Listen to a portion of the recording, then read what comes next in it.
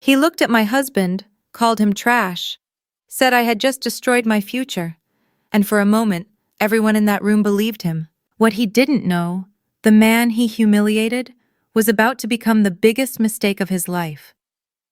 I'm Helen Armstrong. I'm 28 years old, and 8 months ago, I broke every rule my father ever set for me.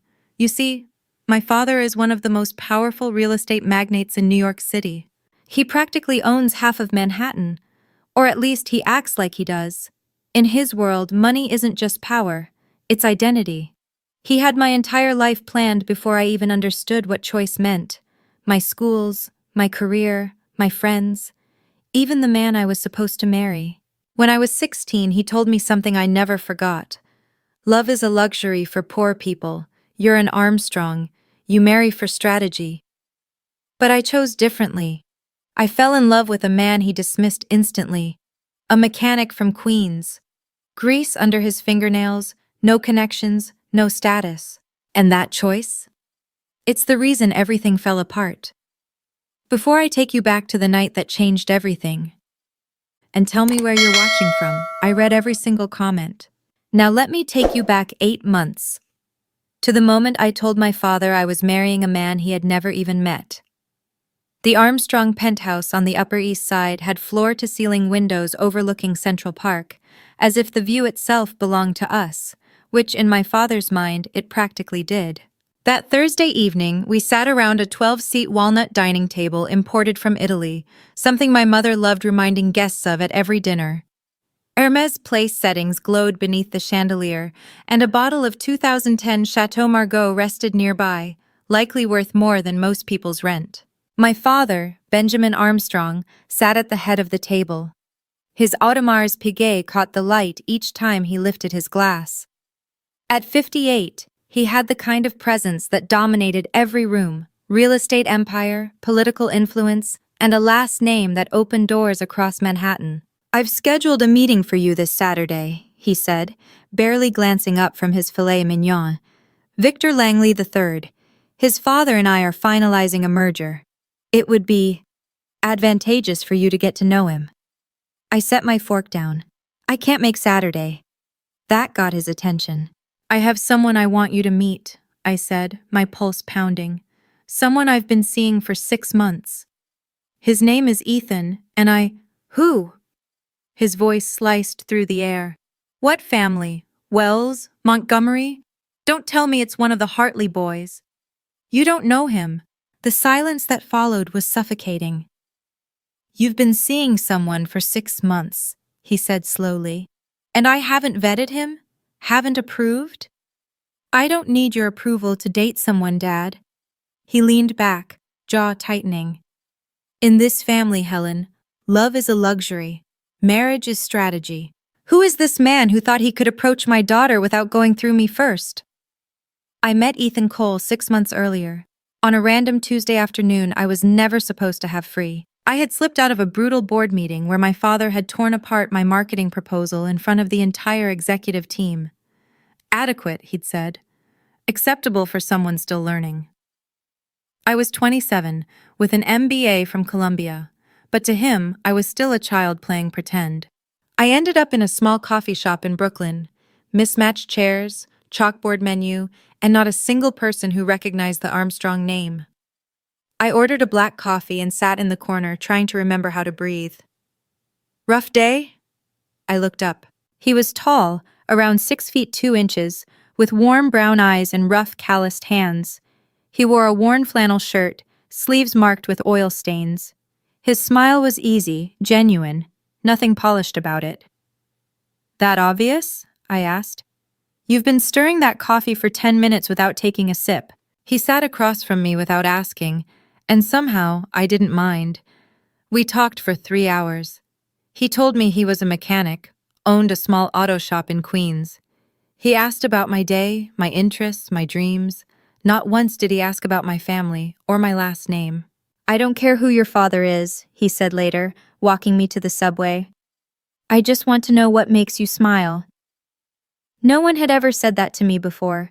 He always paid in cash, thick stacks pulled from a worn leather wallet. He avoided expensive places, choosing diners and quiet little spots where the food mattered more than appearances. I assumed he was being careful with money.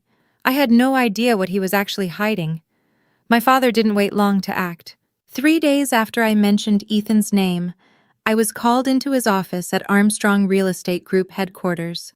The corner office on the 42nd floor, with its $18 million artwork and sweeping view of the financial district, was designed to intimidate, and it usually worked.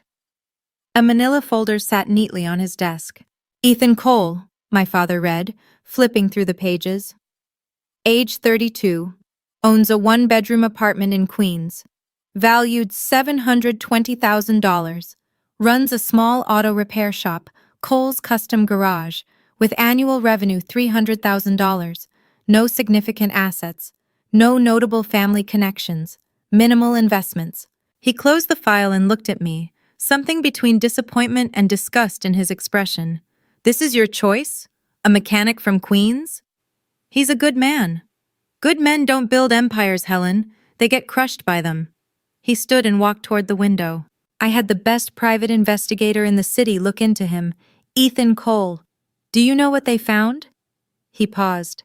Nothing. No debts, no scandals, no secrets. Just nothing. Completely ordinary.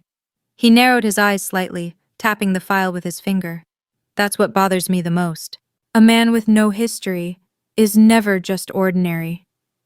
Maybe that's exactly what I want. He turned, eyes cold. You're an Armstrong. You don't get to be ordinary. He doesn't want anything from me. He doesn't care about the money, the name, none of it. That's what you don't understand. My father let out a sharp, humorless laugh. Everyone wants something. The only question is when they show their hand. He pushed the folder toward me. End this. Now, before you embarrass this family any further. I left the folder sitting on his desk and walked out without saying another word. My father's investigator hadn't found anything, because Ethan had made sure there was nothing to find.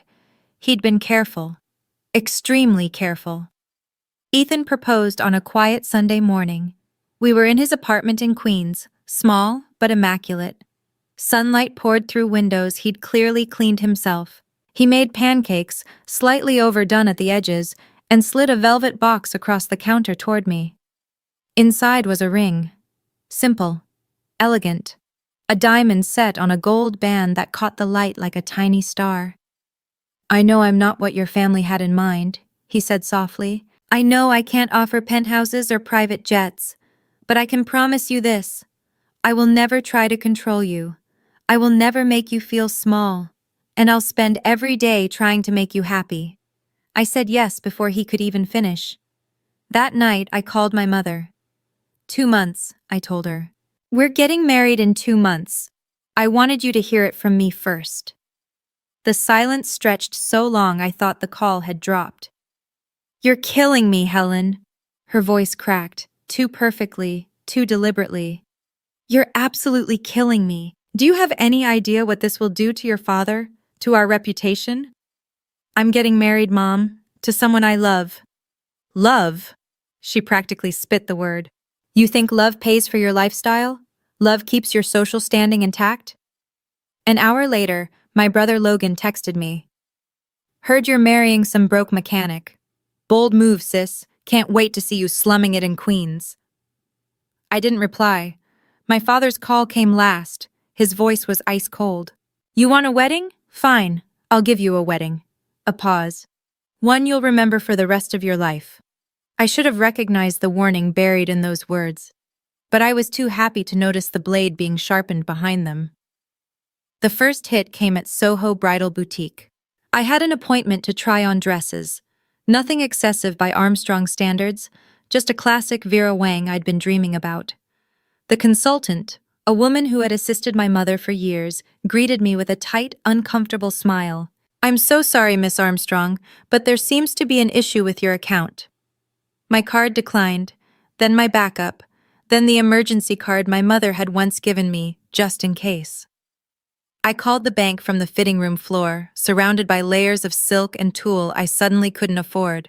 I apologize, Miss Armstrong, the voice said, but your accounts have been deactivated. The primary account holder removed your access yesterday. The primary account holder, my father. I sat there in my slip, staring at my phone as the truth settled over me like something heavy and suffocating. This wasn't a warning anymore. This was a financial war. Ethan found me about an hour later, still sitting in that same room. I texted him, holding back tears I refused to let fall in public. "Let me help," he said, already reaching for his wallet. "No." The word came out sharper than I meant. "I can't. I need to figure this out myself." But he pulled out cash anyway. A thick stack of $100 bills, at least $2,000, held together with a plain rubber band. Far too much money for any mechanic to carry so casually. "I want to," he said simply. "Let me." I stared at the stack, too thick, too effortless, and something flickered at the edge of my thoughts, but I was too overwhelmed to follow it. For the first time in 28 years, I stood in a place I couldn't afford, and I realized something terrifying. Without my father's money, I didn't know who I was, but I was about to find out. The fallout came fast, and it was precise. Within a week, my phone went quiet. Friends I'd known since prep school suddenly had conflicts. Lunch plans disappeared. Group chats went silent. Then came the messages. Always polite, always distant, always cowardly. "So sorry, babe, but my mom says we shouldn't be seen together right now. You know how business works." XO. "Hey, Helen. This is awkward, but my dad does a lot of deals with Armstrong Real Estate Group. You get it, right? Nothing personal. I just can't risk it. Good luck, though." 28 years of friendships. Each one came with a price tag I no longer justified. At Armstrong Real Estate Group, where I'd worked in marketing for 3 years, things changed overnight. Colleagues avoided eye contact. Conversations stopped when I walked into rooms. The office I'd earned was suddenly needed for restructuring. The email from HR arrived on a Friday afternoon. "Your position is currently under review. Please refrain from client-facing responsibilities until further notice." They didn't fire me. They just made sure I understood exactly what I was worth. Through all of it, one person kept reaching out, a lawyer named Laura Bennett. She had represented my grandmother before she passed 2 years ago. "Miss Armstrong," her voicemail said, "there's a matter regarding your grandmother's estate that requires your attention. Please contact me as soon as possible." I saved the message, but I never called back. I was too busy drowning to notice the lifeline being thrown toward me. That night, I scrolled through Instagram and saw Logan at a rooftop party, surrounded by all my former friends. Champagne, skyline views, effortless laughter. My mother had commented, "So proud of my son. Family is everything." The message couldn't have been clearer. I wasn't family anymore. Ethan found us an apartment in Brooklyn. It was nothing like the penthouse I'd grown up in. No doorman, no marble floors, no sweeping view of Central Park. Just a bright 2-bedroom in a brownstone with creaky hardwood floors and a tiny balcony overlooking a quiet community garden. "It's not much," he said, watching my reaction as I stepped into the empty space. "But it's ours, no one else's." And I started to cry. Not because I was disappointed, but because I felt relief. Here, my father's shadow couldn't follow me. Here, I could finally breathe. Ethan held me as I broke down, years of pressure spilling out all at once. He didn't try to fix everything, didn't promise solutions or rescue. He just stayed. Over the next few weeks, I sent out resumes to every marketing firm I could find in the city. The rejections came quickly, too quickly.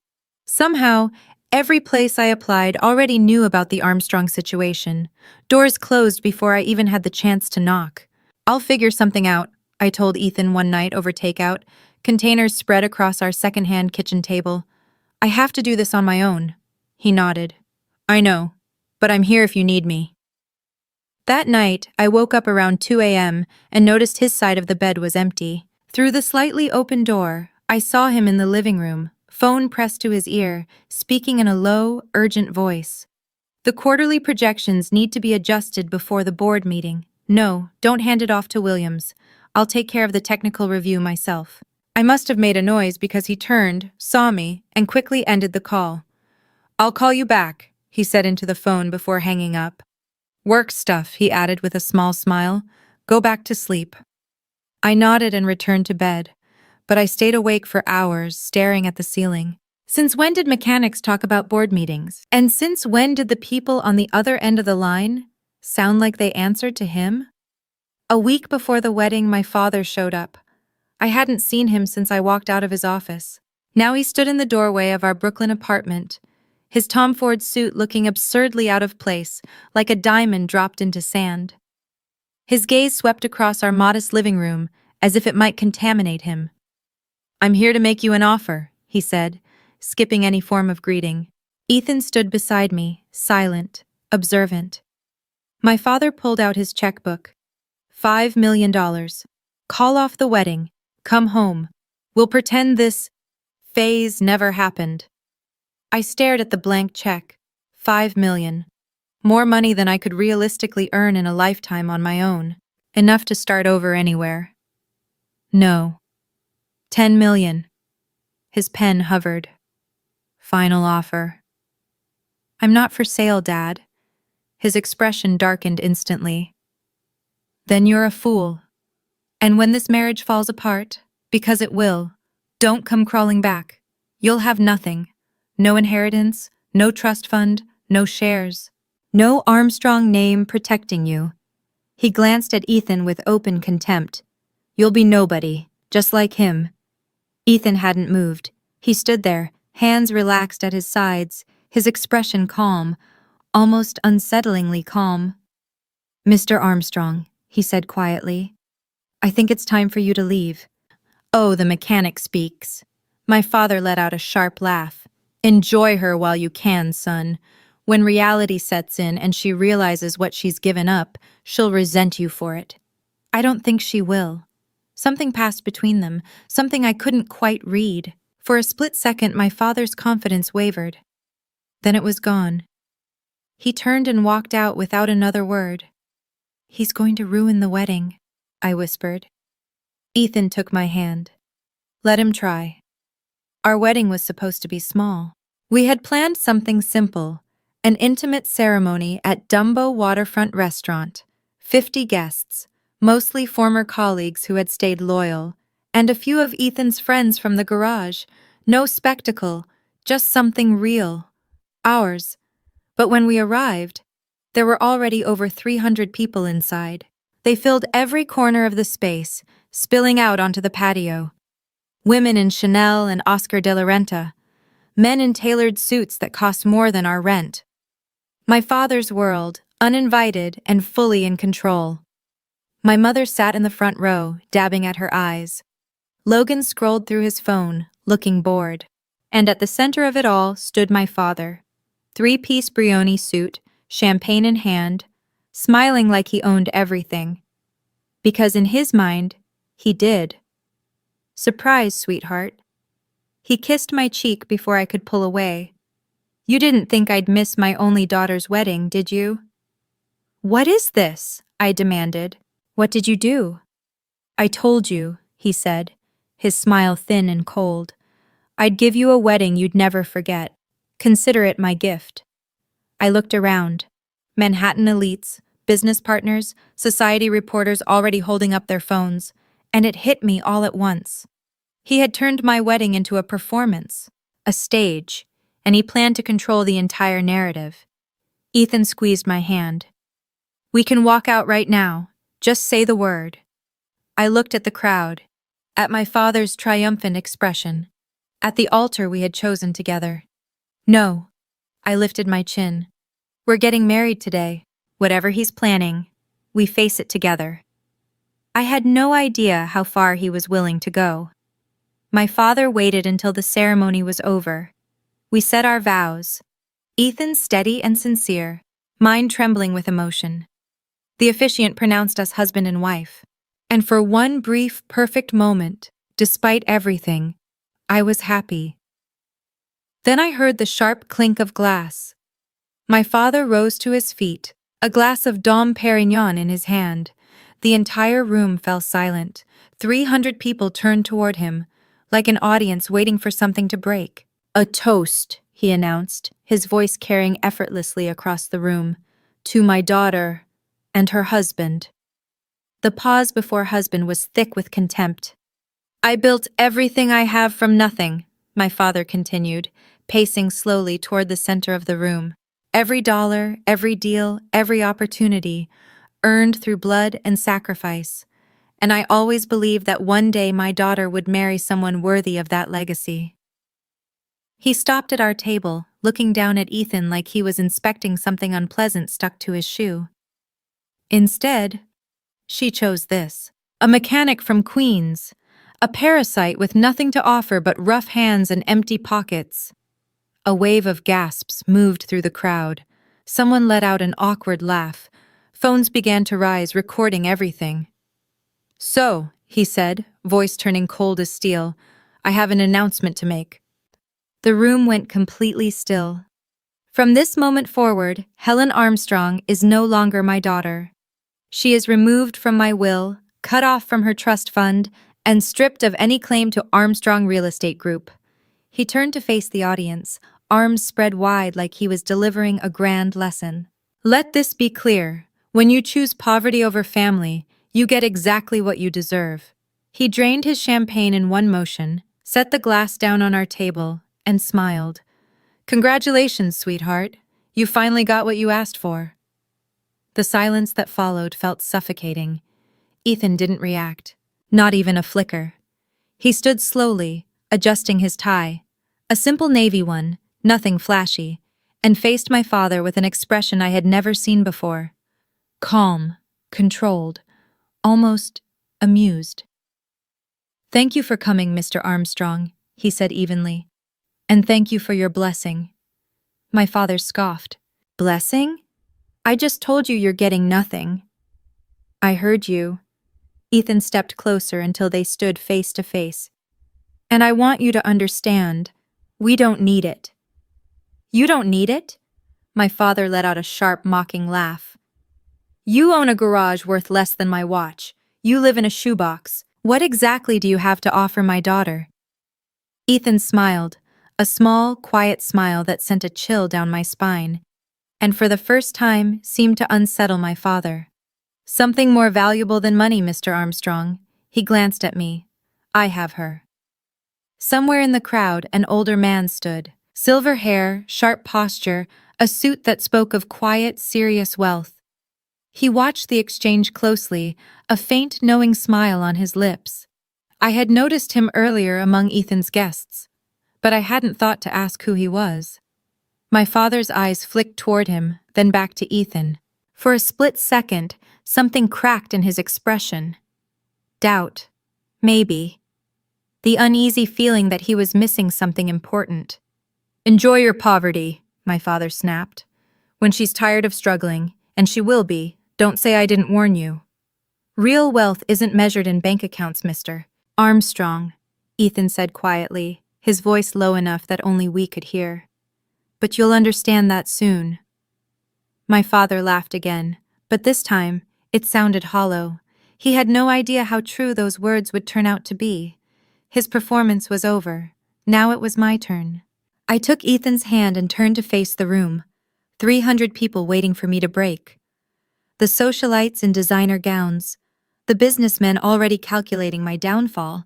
The reporters ready to spin headlines before the night was even over. They were expecting tears, apologies, surrender. They didn't know me at all. "My father believes money is everything," I said, my voice cutting cleanly through the silence.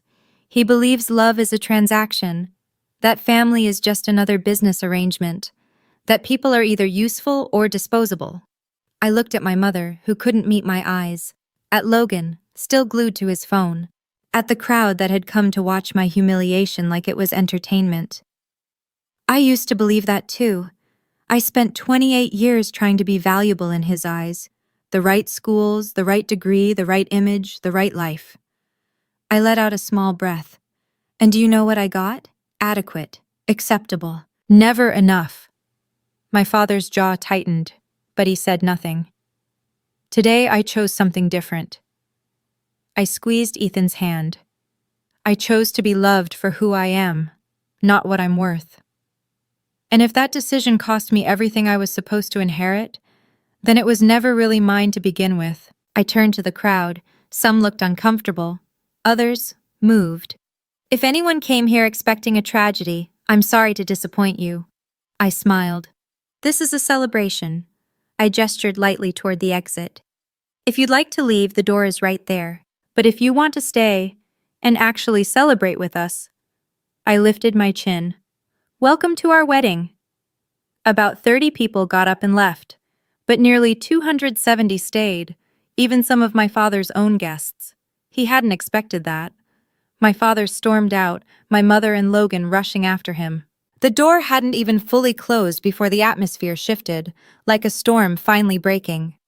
Someone started clapping, then more, until the entire room filled with real, genuine applause. The DJ, frozen until that moment, finally hit play. Music flooded the space. And just like that, our wedding became ours again.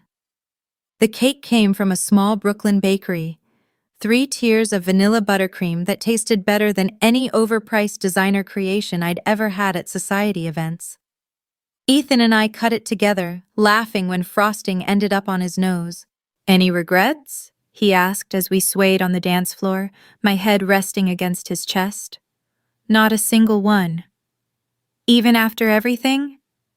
I pulled back and looked at him, this man who had stood beside me while my father tried to tear us apart, who never raised his voice, never lost control.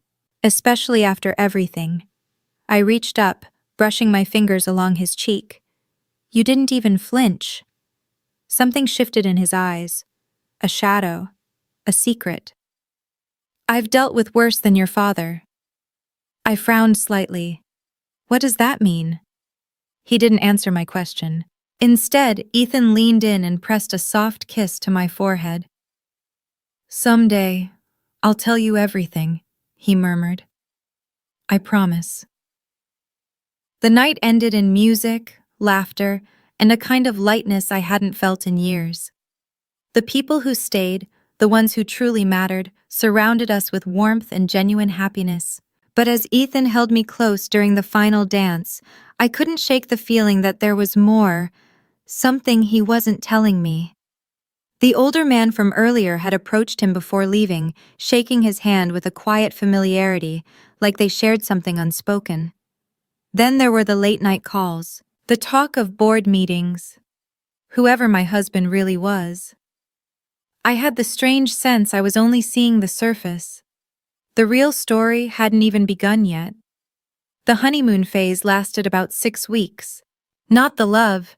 Ethan and I were stronger than ever, learning how to build a life together in our small Brooklyn apartment. No. What ended was my hope of finding a job. I had applied to 43 marketing positions across the city, entry-level, mid-level, anything that matched my MBA and 3 years of experience. Every single one rejected me. Most didn't even bother with an interview. For a moment, I actually believed I could do this on my own. One of them almost hired me. The interview went perfectly. The hiring manager smiled, shook my hand and said, "We'll be in touch." 2 hours later, I got the rejection email. No explanation, not even a reason. Just one cold line. We've decided to move forward with another candidate. That night, I found out why. The company had just signed a new development deal with Armstrong Real Estate Group, my father. In Manhattan, word spreads fast. And in my father's world, influence didn't just open doors, it quietly closed them too. The Armstrong name, which once opened every door, now slammed them shut. No one wanted to risk upsetting Benjamin Armstrong by hiring his disowned daughter. Maybe I should start looking outside the city, I said one night, staring at yet another rejection email glowing on my screen. Another door closed. Ethan stood quietly by the window. Or maybe you shouldn't work for anyone else. I let out a bitter laugh. I can't exactly start my own company right now. I've got maybe $3,000 to my name. Sometimes that's enough. In what world? He didn't answer, just watched me with those steady brown eyes. eyes I was beginning to realize held far more than they revealed. Our savings started to shrink. I insisted on paying half the bills. Some stubborn part of me needed to prove I wasn't just being taken care of. Ethan never argued, never pushed, never stepped in to fix things, even when he clearly could have. He respected my pride, even when it made life harder. But at 3 a.m., when sleep wouldn't come, doubt crept in. What if my father was right? What if I couldn't survive without the Armstrong name? What if I had thrown everything away for a man I didn't fully understand? One night, Ethan found me on the balcony, wrapped in a blanket, quietly crying as I stared out at the city lights. "Tell me what you need," he whispered. "I don't know anymore." 3 months after the wedding, my phone lit up with my mother's name. I almost ignored it. But some part of me, weak, hopeful, still wanted to believe. "Darling," she said, her voice smooth and sweet in that calculated way it always was when she wanted something. "How are you? We've been so worried." "Have you?" "Of course. You're still my daughter no matter what your father says." A pause. Measured. Strategic. "You know, he hasn't officially updated the will yet. There's still time if you're willing to reconsider." "Reconsider my marriage?" "Reconsider your decisions. You've made your point, Helen. We understand you wanted independence, but surely by now you've realized that man can't give you the life you deserve." I thought about Ethan making coffee for me every morning, exactly the way I liked it. About the way he held me when rejection emails piled up. About how he believed in me when I couldn't believe in myself. "I think he already has," she exhaled sharply. "You're killing me, Helen. Every day you stay with him is another day you're throwing your future away." The next blow came from Logan's Instagram. A rooftop party. Champagne. The Manhattan skyline glowing behind him, my former friends laughing like nothing had changed. Caption: "Some people choose love over luxury. Hope they're enjoying their freedom. Hashtag poverty is romantic." My mother had liked the post. Ethan came home that night and found me staring at my phone, tears silently running down my face. He gently took it from my hands and read the post. For a moment, his jaw tightened, the first real flash of anger I had ever seen from him. "They'll rewrite this story soon," he said quietly. "I promise you." "How can you be so sure?" He didn't answer, just kissed my forehead again. 4 months after the wedding, the letter arrived. Heavy cream paper, Armstrong Real Estate Group letterhead, a law firm seal pressed in gold. "Dear Ms. Armstrong, this letter serves as formal notification that Benjamin Armstrong has executed amendments to his last will and testament. You have been permanently removed as a beneficiary. Your previous allocation of 20% of Armstrong Real Estate Group holdings, currently valued at approximately $520 million, has been reassigned. Additionally, trust account number 47891 established in your name has been dissolved. These changes are final and irrevocable. $520 million, gone with a signature." I sat on our small balcony as the sun dipped behind Brooklyn, watching the sky fade from gold to deep violet, then into darkness. For 28 years, that money had always been there. I never truly wanted it. But it had been a safety net I didn't even realize I depended on. And now, it was gone. I was in freefall. Ethan found me there hours later, the letter crumpled in my hands, my face swollen from crying. "I saw the envelope," he said softly, sitting beside me. "I'm sorry." "I don't even care about the money," I let out a hollow laugh. "That's the irony, I never cared about it.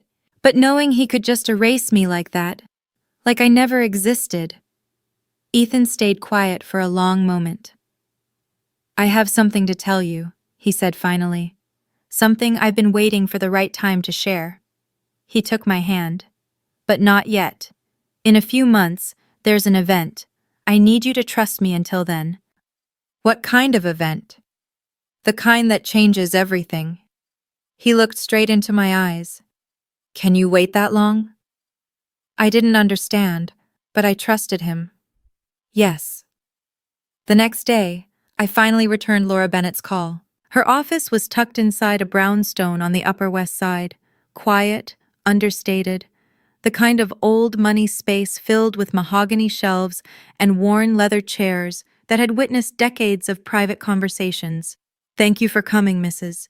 Cole," Laura Bennett said with a warm smile, placing subtle emphasis on my married name. "Your grandmother would be very proud of you." Hearing Grandma Evelyn Thornton mentioned tightened something in my chest. She had passed away 2 years ago, the only person in my family who had ever truly seen me for who I was. "You said this was about her estate?" Laura nodded and slid a folder across the desk. "Before her passing, Evelyn Thornton created a separate trust, completely independent from anything your father controls. She instructed me to tell you about it only after you married someone of your own choosing, without his approval." I stared at her. "What?" She knew Helen. She understood exactly what kind of man her son-in-law was, and she wanted to make sure you would always have options. Laura opened the folder. "The trust contains $1 million in diversified assets. It became yours the moment you married Ethan Cole." $1 million, my grandmother's final gift. Inside the folder was a letter, written in her elegant, familiar handwriting. "My darling Helen, if you're reading this, it means you finally chose your own path. I am so proud of you. Your grandfather and I built our life on love, not money. We started with nothing and ended with everything, because we had each other. This money isn't meant to make you rich. It's meant to make you free. Use it to build the life you want, and never let anyone tell you what you're worth. All my love, Grandma Evelyn Thornton." I cried in that office for 20 minutes, but for the first time in months, they were tears of hope. 5 months after the wedding, I launched Thornton and Hale Marketing, named after my grandmother's maiden name, a deliberate choice, a clean break from the Armstrong legacy. I rented a small office in a co-working space in Soho, designed my own branding, and reached out to every small business owner I'd ever met, anyone outside my father's world. My first client was a coffee shop in Williamsburg, Brooklyn, the same one where I had met Ethan. They needed help with social media, and I charged them half my usual rate just to build a portfolio. The second was a vintage bookstore in the Village, then a family-run restaurant in Queens, then a startup in Jersey City. The momentum didn't come from elite connections. It came from real people, real work. Word spread, not through Manhattan's high society, but through the version of New York that actually judged results, not last names. Within 2 months, I had more clients than I could handle on my own. I was building something that belonged entirely to me. "I'm proud of you," Ethan said one evening, watching me work on a campaign at our kitchen table. "I couldn't have done this without Grandma's trust, or without you believing in me when I didn't believe in myself." He gave me that quiet, knowing smile. "You would have found a way." That same week, I received an email that made me freeze. Subject: Partnership Inquiry. Marketing@helixontech.com. "Dear Ms. Thornton, Helixon Technologies is interested in exploring a potential marketing partnership with your firm. We've been impressed by your work with emerging businesses and believe your approach aligns with our brand values. Please contact us at your earliest convenience. Best regards, Helixon Technologies Marketing Division." I had never heard of Helixon Technologies, but a quick search told me everything I needed to know. They were one of the fastest-growing tech companies in the country, which made it very strange that they had found my small firm. Very strange. I didn't connect the dots right away, but that month, the business news was dominated by one story. Helixon Technologies was seeking real estate partners to build a massive East Coast data center. The deal was worth $220 million. Every major developer in New York was competing for it, including, unsurprisingly, my father. Of course, Logan posted about it, a photo of Benjamin Armstrong shaking hands at some high-profile conference. Caption: "Dad closing in on the biggest deal of the decade. Armstrong Real Estate Group plus Helixon Technologies equals unstoppable." I scrolled past it without much thought. But a few days later, Ethan came home with a strange look on his face. "Did you see the news about Helixon, the data center project?" "Yeah, it's everywhere," I said, glancing up from my laptop. "Why? No reason?" But he was smiling, That same small, unreadable smile. Just interesting that your father wants it so badly. Everything's a competition to him. He probably doesn't even need the money. He just wants to win. Ethan sat down beside me. What if I told you he's not going to? I frowned. How would you know that? Because I know who runs Helixon. A cold sensation slid down my spine. Ethan? He took my hand gently. There's a gala next month, the Tech Charity Foundation event at the Met. Helixon is the main sponsor, he paused, and their CEO is making a rare public appearance. Okay, I want you to come with me. To a tech gala? Ethan, I don't know anyone in that world. He lifted my hand and kissed it softly. You know me. The way he said it, like it meant more than I understood, made my heart skip. What aren't you telling me? Everything. He smiled faintly. And soon, I promise. 2 weeks before the gala, Ethan sat me down. It was Sunday morning. He'd made pancakes again, our quiet little tradition, and the apartment smelled like maple syrup and coffee. But his expression was serious, more serious than I had ever seen. I need to tell you something, he said, and I need you to let me finish before you react. My stomach tightened. Okay. The garage is real. I do own Cole's Custom Garage, and I do fix cars there when I can. He took a slow breath. But that's not what I do for a living, he said. It's a hobby, a way to stay grounded. Grounded from what? From the other part of my life. He held my gaze. I work in tech, Helen. I'm not just a mechanic, I'm deeply involved in the industry. I stared at him, trying to process it. What does deeply involved mean? It means I'm not poor. A pause. Not even close. He ran a hand through his hair, nervous. I realized, in that moment, I had never seen him nervous before. I kept the truth from you because I needed to know something, he said quietly. I needed to know someone could love me for who I am, not for what I have. Ethan, you're scaring me. Just tell me. Not yet, not all of it. I want you to see it for yourself at the gala. He reached into his pocket and pulled out a thick envelope, elegant calligraphy written across the front. This is your invitation, VIP access, my guest. I opened it. Inside was a heavy cream card, embossed in gold. The Tech Charity Foundation cordially invites you to our annual gala. Guest of honor, Ethan Cole. Guest of honor, Ethan. My voice barely came out. Who are you? He stepped closer, cupping my face gently, his eyes more open, more vulnerable than I had ever seen. I'm the man who loves you, he said softly. Everything else is just details. The 2 weeks leading up to the gala felt surreal, like I was living inside a question I couldn't answer. I searched for Helixon Technologies' CEO obsessively. The results were frustratingly vague. The company was known for its secrecy, no public appearances, no interviews, no clear identity. Just a reputation for groundbreaking innovation, and a founder who stayed completely out of sight. A Forbes article from 6 months earlier kept coming up.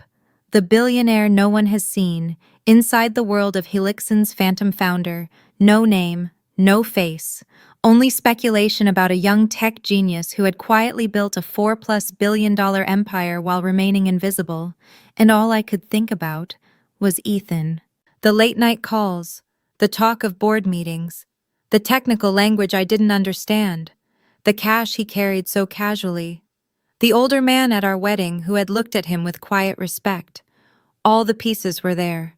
I had just been too close to see the full picture. The night before the gala, Ethan gave me a dress. Valentino. Black. Elegant. It probably cost more than our monthly rent. I didn't ask how much. I was starting to understand. Money had never been an issue for him. Are you angry? He asked softly. That I didn't tell you sooner? I looked at him. This man I had married. This man I was only now beginning to truly understand. I don't even know what I feel, I admitted. You lied to me. I protected something important, he said.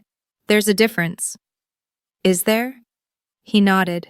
Tomorrow you'll understand everything, and then you can decide how you feel. He leaned in and kissed my forehead. Whatever you decide, I won't blame you. I barely slept that night. In just a few hours, I would step back into a world I thought I had left behind, and find out that my husband, the man my father had called worthless, was something else entirely. The Metropolitan Museum of Art had been transformed.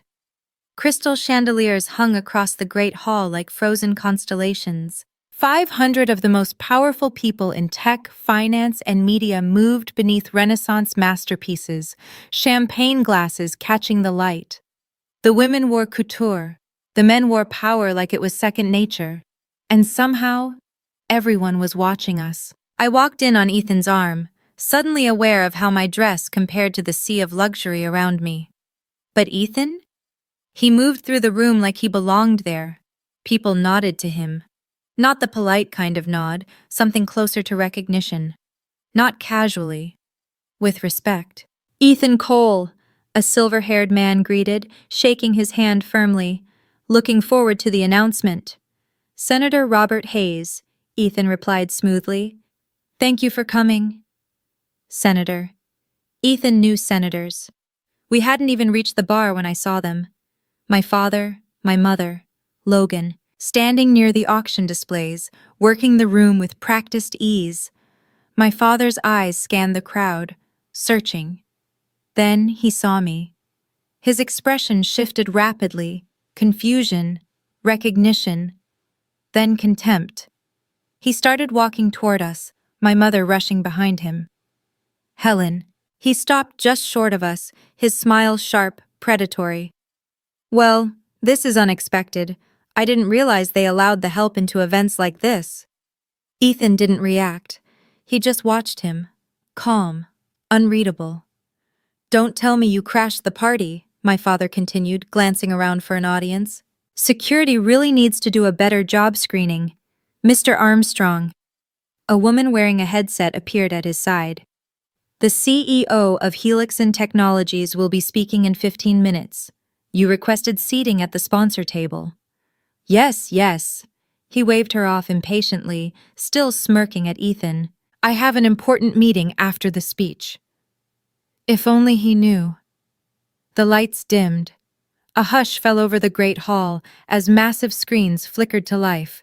The Helixon Technologies logo appeared, sleek, metallic, intertwined with circuitry, followed by sweeping visuals of their innovations. Autonomous systems, medical AI, climate modeling. Ladies and gentlemen, the MC announced, her voice echoing through the hall, tonight marks a historic moment. For the first time ever, the founder and CEO of Helixon Technologies will address the public in person. A ripple of excitement moved through the crowd. My father leaned forward, adjusting his tie. I caught him murmuring something to my mother, already planning his approach. This company has transformed artificial intelligence across industries, the MC continued. Their breakthroughs have reshaped how we live, work, and connect. And the mind behind it all has remained hidden. Until now. Ethan squeezed my hand. Are you ready? For what? He turned to me and smiled. Not his usual quiet smile, something brighter, freer. For everything to change. The MC's voice rose, echoing across the grand hall, commanding every eye in the room. Please welcome the CEO and founder of Helixon Technologies, a company valued at $7.2 billion and recently named by Forbes as one of the most influential forces in modern technology. Ethan slowly released my hand. For the first time ever. A beat. Ethan Cole. For a second, no one moved, like the room itself needed time to process what it had just heard. Then, a murmur, confused at first, then louder, people turning, whispering, looking at each other, then at him, then back at the stage, and then recognition hit, like a wave crashing through the room. The applause didn't just start. It exploded. My father's champagne glass froze midair, halfway to his lips. For the first time in my life, he didn't look powerful. He looked exposed. My mother's expression collapsed into pure shock. Logan's phone slipped slightly in his hand. And Ethan, my husband, the man from Queens, the mechanic, and the one my father had dismissed as nothing, walked onto that stage like he had owned it his entire life. The massive screens behind him lit up. Ethan Cole, CEO and founder, Helixon Technologies. I turned to look at my father. All the color had drained from his face.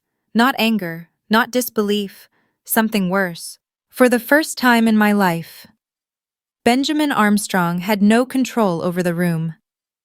Ethan spoke for nearly 20 minutes. About innovation, about responsibility, about the future of artificial intelligence and what it meant to build something that actually mattered. He was composed, brilliant, magnetic. Every word landed, every pause held weight. The audience didn't just listen. They leaned in. But I didn't hear most of it. I couldn't. Because I was watching my father.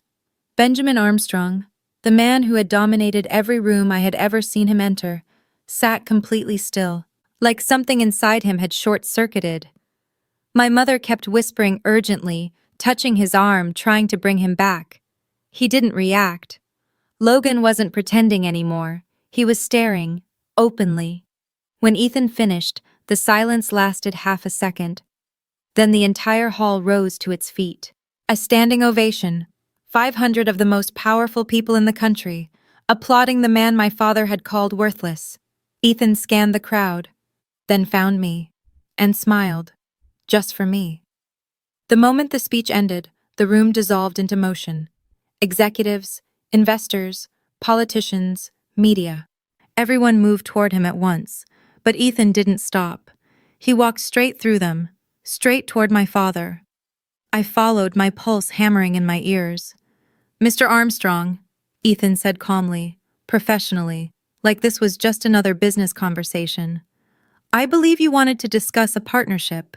My father looked up slowly. His mouth opened, closed, opened again. "You," his voice cracked. "You're the CEO of the company I've been pursuing for 2 years?" Ethan reached into his jacket and pulled out a card. Minimal, clean, absolute. Ethan Cole, Helixon Technologies. He held it out. "Perhaps you've heard of us." My father's hand trembled as he took it. Later, Forbes would confirm what everyone in that moment already understood. Ethan Cole was worth $7.2 billion. My husband was worth twice what my father had spent his entire life building. The mechanic was a billionaire. To his credit, my father recovered quickly. Shock melted into strategy, confusion into calculation. The same polished smile slid back into place. "Ethan," he said, stepping forward and extending his hand like nothing had happened. "This is incredible, truly. I always knew Helen had exceptional judgment." The lie was almost impressive. Ethan didn't take the hand. "You called me trash, Mr. Armstrong," he said evenly.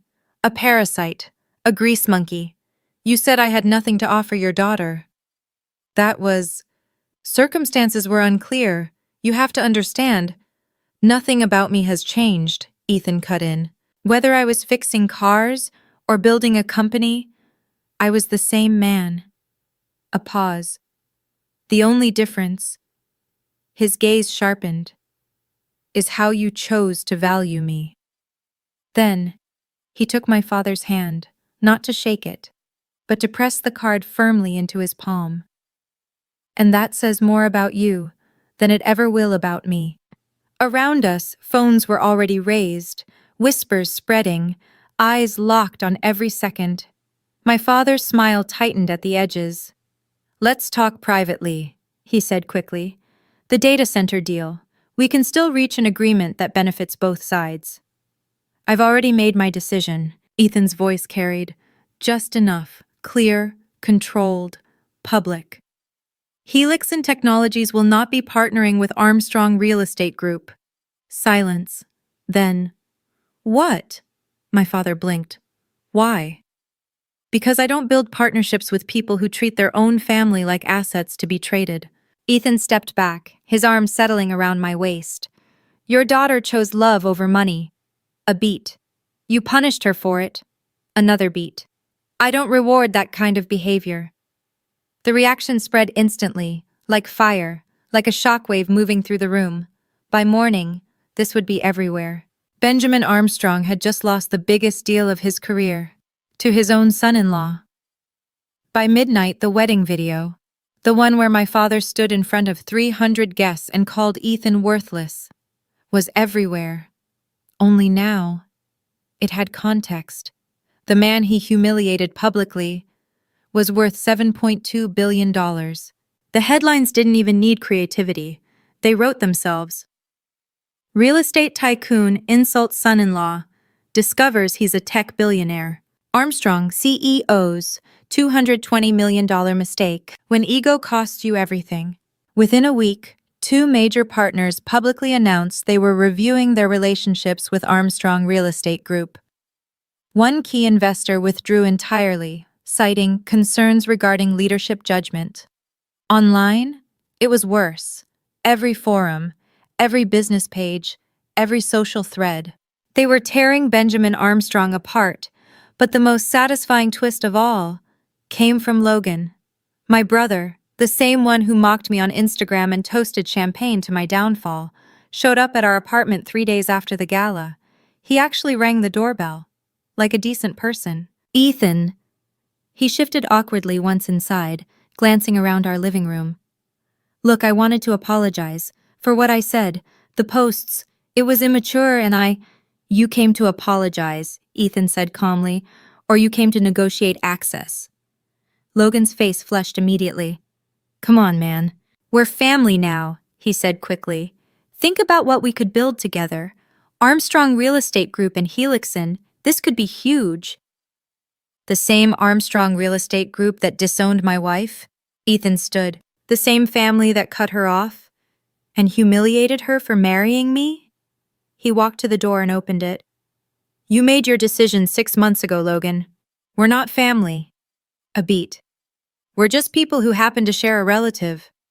The door closed, and Logan left. Some people only apologize when they need something. Ethan understood that better than anyone.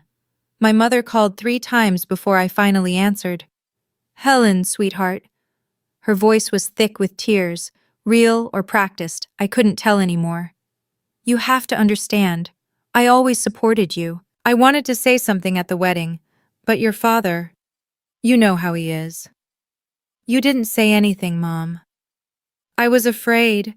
You know what he's like when he's angry. I had to protect myself. You had to protect yourself. I let the words settle between us. What about protecting me? Silence. I have something, I said quietly. Something Laura Bennett gave me. A letter that was never meant to be opened.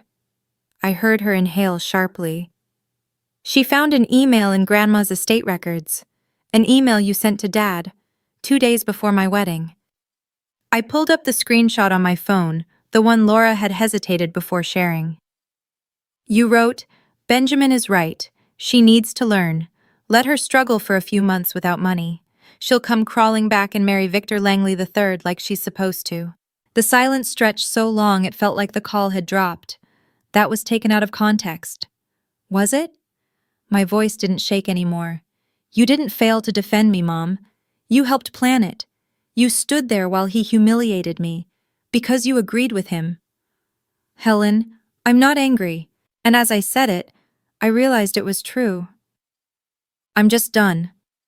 A pause. If you want to be part of my life, really part of it, you'll have to earn it. With actions, not words. What does that mean? It means I'll call you when I'm ready. I exhaled. Please don't call me again until then. I ended the call before she could respond. Some boundaries are built with silence. My father came alone. No driver, no assistance, no perfectly tailored suit. Just a tired man in wrinkled clothes, standing in our Brooklyn doorway with something I had never seen on his face before. humility. May I come in? I stepped aside. Ethan stayed near the window, watching quietly, saying nothing. My father looked around. Our small apartment, the second-hand furniture, the simple kitchen, the framed photos from our wedding. For once, he didn't seem to be calculating its value. I've lost 3 partnerships this week, he said quietly. The data center deal is gone. The board is discussing whether to remove me as CEO of my own company. He let out a hollow laugh. Apparently, public humiliation has consequences. I'm sorry about your business problems. No, you're not. He shook his head. And you shouldn't be. Finally, he looked at me. I was wrong, Helen. About Ethan. About you. About everything that actually matters. I had waited my entire life to hear those words. Now that they were here, I just felt tired. I don't need an apology, Dad. Then what do you need? I thought about it carefully. I need you to understand that I'm happy. I held his gaze. Not because my husband turned out to be rich. I was happy before I knew. I'm happy because I'm respected, supported, loved for who I am. I stepped closer. Can you understand that? Something shifted in his expression, not full understanding. Maybe not yet, but something. I'm trying. Then try harder. I placed my hand gently on his arm. I'm willing to have you in my life, Dad, but not as someone who controls me. Not as someone who measures my worth by money. A breath. Just as my father. He nodded slowly. I don't know how to do that. Then learn. It wasn't forgiveness, but it was a beginning. 1 year after the wedding, Thornton and Hale Marketing had grown to 15 employees. What started as a small idea had become something real. Not because of Ethan's wealth, not because of his connections, but because of referrals, results, reputation. We had just signed our largest contract yet, a year-long campaign with a Fortune 500 company that found us purely through word of mouth. Ethan still went to the garage on weekends. He said it reminded him who he was before everything else. Sometimes I went with him, passing tools, learning the names of engine parts, laughing when I got them wrong. My father was still learning too. We weren't fixed. Maybe we never would be. But he was trying. He had started therapy, my mother told me. He had asked me to coffee, twice, and both times. He asked about my life, not his, progress, not perfection. That Christmas, we celebrated at Ethan's mother's house in Greenwich, Connecticut. A warm, cozy home filled with laughter that felt real. No designer decorations, no catered perfection, just family. Any regrets? Ethan asked softly, pulling me closer as snow drifted past the window. I thought about everything I had lost. The penthouse, the trust fund, the $520 million that disappeared with a signature. Then I thought about what I had gained. A life I built myself. A love that didn't come with conditions. And my grandmother's words. Never let anyone tell you what you're worth. Not a single one. He kissed me. And outside, the snow kept falling. Somewhere in Manhattan, my father was probably still calculating losses. But I had stopped counting a long time ago. Because real wealth isn't measured in numbers. It's measured in peace. In the moment you stop trying to be who others expect and finally become who you truly are. And if there's one thing I want you to take from my story, it's this.